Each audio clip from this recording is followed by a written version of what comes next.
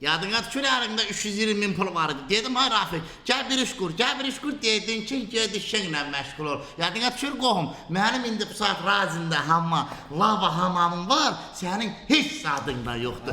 Alley tepene. Müdür, maşın asarım ver, tez. Ne olur, ne olur? Tez ol. Ne olur? Şeydi, Ya inan. bunlardan tapmışsan he. Ettim ben üstünden çık olmasın. Haddini bil ha. Haddini bil geç kasıçılan gel ha. Ağıllı ol.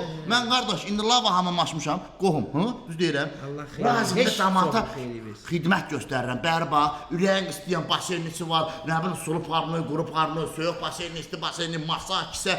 Nə lazımdır bundan artıq? Pul gəlir də şaqaşaq. Çox danışma, çox. Müdür, kırmızı belə bir şey var. Tez onu ver, tez. Nə? Kırmızı belə bir yekə balon. Tez. Al. Sen tez ver. Ay sağ ol.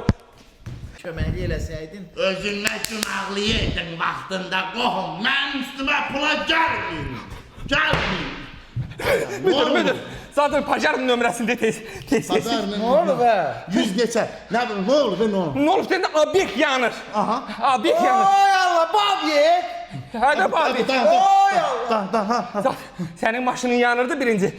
Çıktım arkası yanırdı. Oturdum kavağa, vış geçti kavağa. Elə spuskadan bıraktım aşağı, kultur tarafa gitti asla bala gitti.